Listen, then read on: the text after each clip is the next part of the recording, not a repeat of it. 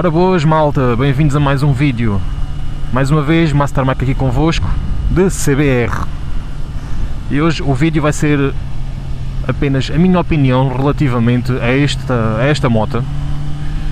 Já tenho a moto há algum tempo, não muito, tenho a moto há, sei lá, 3 semanas para aí. E houve um subscritor que me perguntou a minha opinião sincera relativamente a esta moto. E então, cá estou eu para indicar a minha opinião. Então é assim, já fiz o comparativo da CBR para com a Hornet. Não sei se saiu antes ou depois deste vídeo que vou fazer agora, mas depois vão estar os dois vídeos disponíveis no canal sem problema nenhum. Perante isto, obviamente que eu tenho uma opinião relativamente a esta moto. É assim, eu comprei a moto, eu testei a moto e fiquei logo com ela, pronto.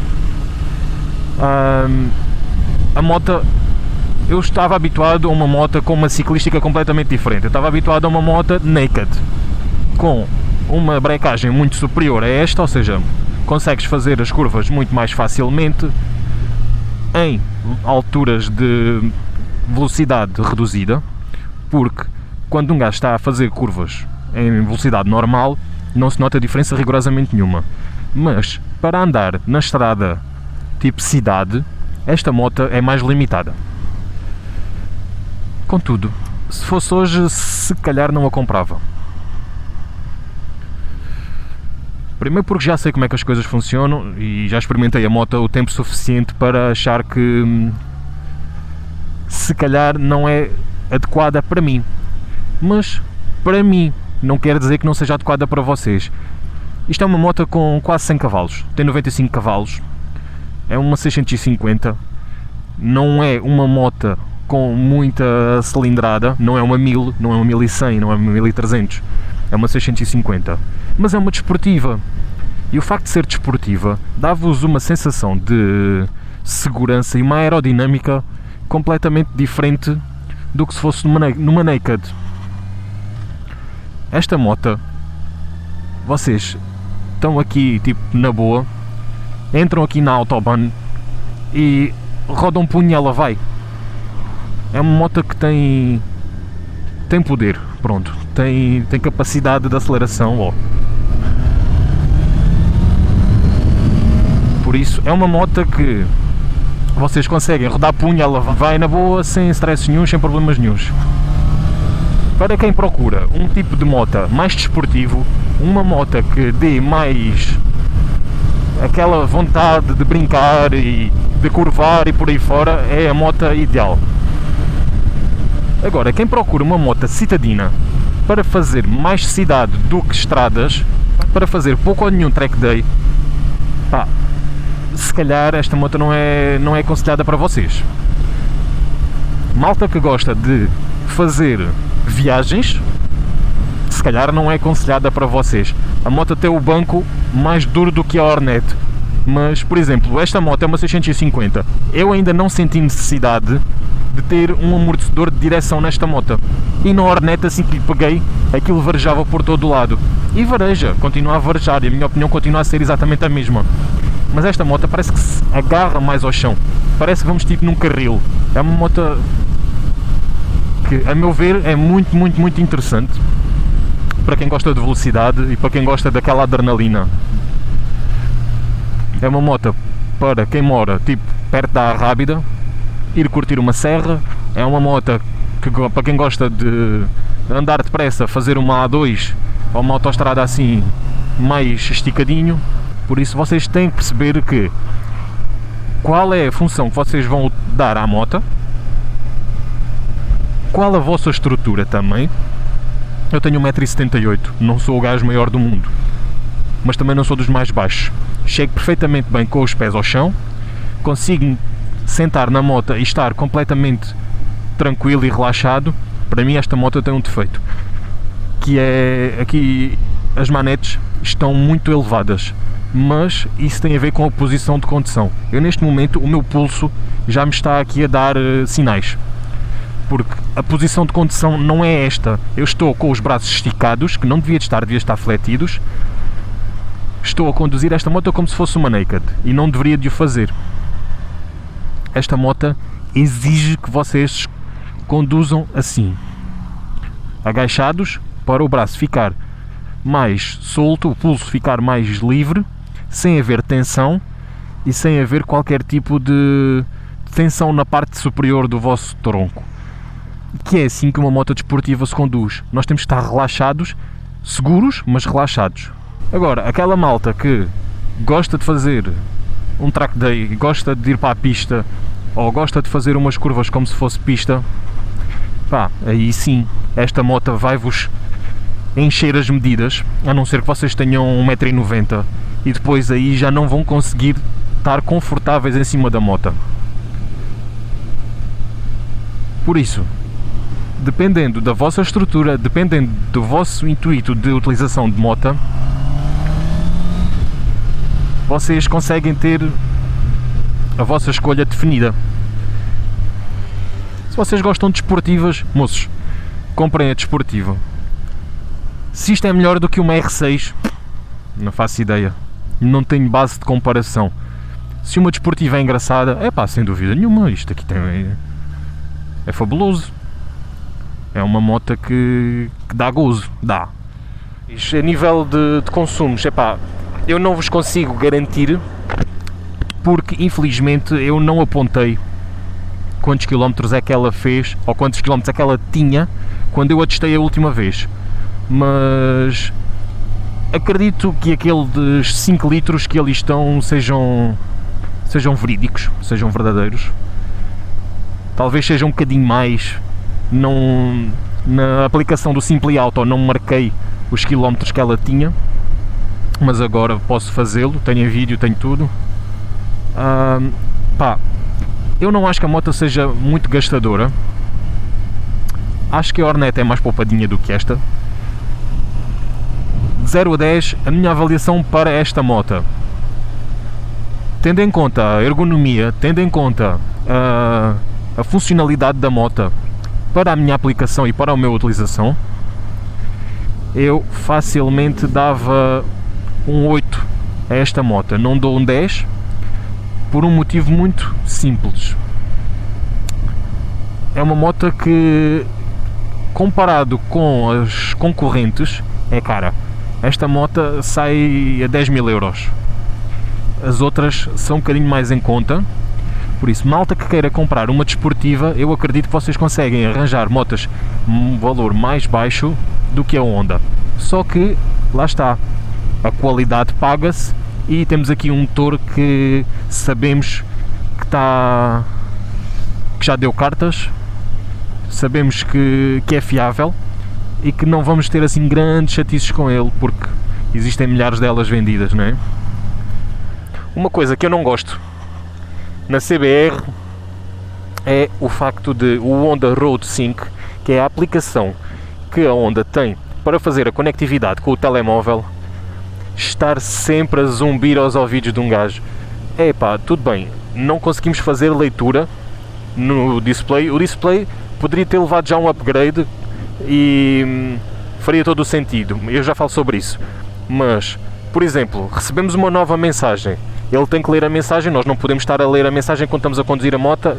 O Road Sync lê-nos a mensagem num português corrente, num português correto.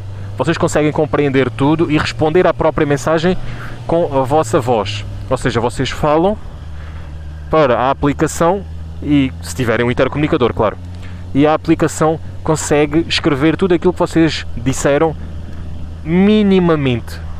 É compreensível. Existem alguns erros que eu acho que eles utilizam a captura da Google para fazer o text, o speech to text, ou seja, o discurso para texto. Eles utilizam a parte do Google, é interessante, mas não está ainda bem afinadinho, pelo menos para português de Portugal. Se calhar com mais alguma utilização de minha parte ele consegue compreender mais o meu discurso e ajustar-se. A cena é, vocês cada vez que querem utilizar o Honda Road Sync, eu vou-vos passar a mostrar agora e vou-vos meter o som daquilo que eu vou ouvir aqui também no auricular. Querem ver?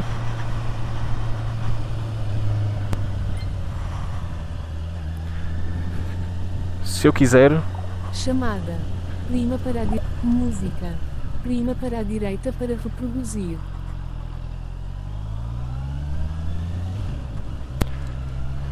Pronto. Mensagem. Prima para a direita para selecionar o contacto. Volume. Prima para a direita para alterar o volume. É sempre bué chato. Controlo do volume. Prima para cima para aumentar. Prima para baixo para diminuir. Eu não necessitava destas funcionalidades estarem a ser ditas, do para baixo para aumentar e do para cima e por aí fora. Aliás, do para cima para aumentar e do para baixo para diminuir. Isto é completamente natural, não é? E aí um gajo consegue olhar e ver o que é que tem a dizer. Nem sequer carreguei nada, ele voltou para trás sozinho. E está sempre a falar, sempre a falar. É bué chato. Mas é bué chato mesmo. Mensagem. E depois, música. cada vez que um gajo quer fazer uma coisa, para a direita para selecionar o contacto. é isto. Eu acho que não faz sentido estar constantemente a dizer faça isto, faça aquilo. Basta só dizer chamada, ok. Navegação. Prima para a direita para selecionar o destino. Por exemplo, está sempre a chamar a prima. Epá, quer lá saber da minha prima? A minha prima tem que estar sossegada em casa. Quer lá saber da prima? Porra, é chato. É bué chato. Isto aqui é bué chato. Dá jeito, mas, por exemplo, eles conseguem fazer o espelhamento do mapa para aqui, de certeza absoluta. Não o fizeram. O upgrade do ecrã deveria de ser feito. Eles conseguem quase de certeza fazer aqui mais coisas que não têm. Por exemplo, uma das coisas que aqui não existe é a temperatura da água. Deveria ter a temperatura da água aqui. Eu só consigo aceder à temperatura da água com a moto parada. Isto não faz sentido nenhum. Não é? Então o display tem que ser melhorado. Essa é uma das coisas que a Honda tem que tratar de resolver. Eu não sei se na CB... Tem uma nova mensagem no WhatsApp de Banda Mário. Prima para a direita para ouvir. Prima para a esquerda para ignorar. É bué chato. A voltar para o menu principal. Pronto. Vamos calar isto. Para desfrutar de todas as funcionalidades de Honda Road 5, prima prolongadamente para a esquerda para passar para o modo Honda Road 5. Tem algumas funcionalidades muito fixas que dão jeito, mas poderiam melhorar isto, sem dúvida nenhuma. O menu poderia ser muito mais intuitivo. Só agora é que eu consegui chegar aqui ao sítio de saber como é que eu via quantos quilómetros é que a moto tinha na totalidade. Agora já são 605. Não é fácil, não é intuitivo. Porque tem muitos menus com submenus e botões e clicar longo e fazer e acontecer, que torna a navegação um bocadinho complicada. Não, para mim não foi fácil de entender. E atenção, eu sou um gajo que trabalho na área das tecnologias de informação e comunicação e é fácil chegar a algum lado. Não procurei também como é que isto se fazia. Eu acho que isto tinha que ser mais intuitivo. Não foi muito intuitivo para mim, mas pronto. Além disso, o que é que eu tenho mais a dizer aqui da CBR? Vem com um escape muito porreirinho. A nível de som está top. Só que tem um defeito também, que é quando a gente temos a moto parada, metemos o pé no chão, o escape fica a apontar diretamente para a nossa canela. Em dias frios, no inverno, é capaz de ser fixe, dá jeito, aquilo aquecer, mas quando está calor, não me parece que seja assim a coisa mais porreira do mundo.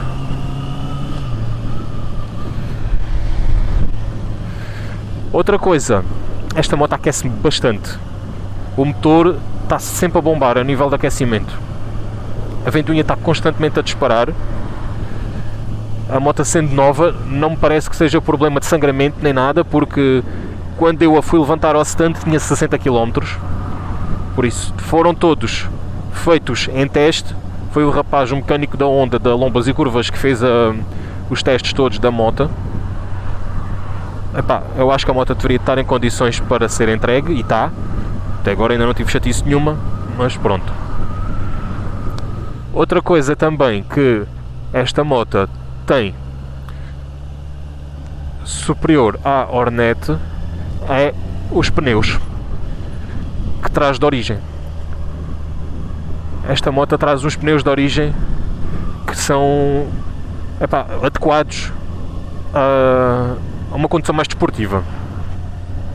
A Hornet trazia os S20, acho que é, ou S12. Eram uns Batlax assim muito manhosos que tiveram que ser substituídos, que ficaram quadrados. E eu não sei se esta moto aqui tem compósito no meio ou não. Aqui os pneus, pelo menos o de trás, se tem aquela parte tipo reforçada para fazer uma condução de estrada e desportiva nas laterais. Tenho que ir analisar, que eu ainda não fiz a verificação dos pneus. Estão a ver? Já está-me a doer o pulso. Outra coisa também que esta moto devia ter e não tem é, em vez de ter a mariquice do Quick Shift, podia ter também Cruise Control. Tendo em conta este joystickzinho que ele aqui tem, facilmente eles conseguiam adaptar o Cruise Control nisto, de certeza absoluta. Tem aqui as cenas da tração. Deixem lá ver a temperatura da água. Estão a ver? 103 graus. Tem aqui erros? Não tem. Está a 14,3. Isto é fixe também, saber a quanto é que o alternador está a carregar. Mudança de óleo. Estão a ver? Acabou-se, já não consigo mexer ali, já não consigo ver. Por um lado ainda bem, porque se calhar um gajo distraía-se a ler as porcarias que estavam ali. Mas por outra, a temperatura da água e a da tensão poderiam estar aqui no display. Facilmente, isto era uma informação vital para quando um gajo está a andar de moto. Saber se pode abusar ou não, se pode dar um xiribiti mais no acelerador ou não. Eu acho que faria todo o sentido. Os controles são simples, 4 piscas para meter a trabalhar, para parar o motor, além de termos aqui a chave também. Aqui do lado esquerdo temos o corte de luzes, ou seja, para fazer o corte entre máximos e médios. Para a frente empurramos e ficamos de máximos. Para trás dá só o flash. Temos o controle de tração desligado ou ligado aqui neste botão, que não faz sentido nenhum estar isto aqui. Se fosse no menu era muito mais fácil, porque a gente em condução não vai estar a desligar e a ligar o controle de tração. Em vez de estarmos a ligar a ligar e a desligar o controle de tração, eu acho que sim, faria-se todo o sentido estarmos a ligar Cruise Control e a desligar Cruise Control. Isto poderia estar no menu e estar aqui este botão a fazer de Cruise Control, a ativar, desativar, para cima e para baixo aqui no joystick para subir e descer a velocidade. Faria todo o sentido. Depois temos a buzina, temos os piscas de direita a esquerda, para dentro desfaz e ele não desfaz automaticamente. Tendo em conta que é uma moto cara, esta moto não é propriamente barata para aquilo que oferece, deveria trazer o desfazer o pisca sozinho, digo eu. Outra coisa também que esta moto poderia trazer e não traz era o CarPlay, a sincronização, mesmo que fosse com cabo do telemóvel com o display, faria todo o sentido. Ele tem vários modos a nível de display, tem assim de gráfico e tem de bolinhas branco e preto. Estão a ver aquilo que eu digo? Esta moto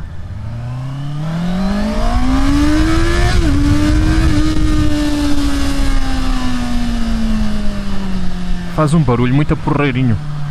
Ficam aqui os meus prós e os meus contras relativamente a esta moto. É uma moto com potência, é uma moto com saída, uma moto que aerodinamicamente está capaz. Phoenix.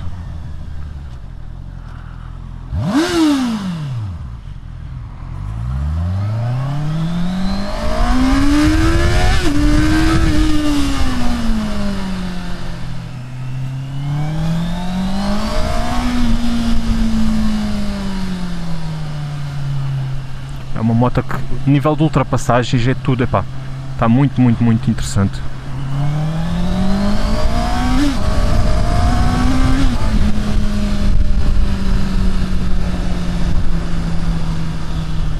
E agora vou-vos deixar a nível de som isto aqui. Até à próxima, malta, fiquem bem.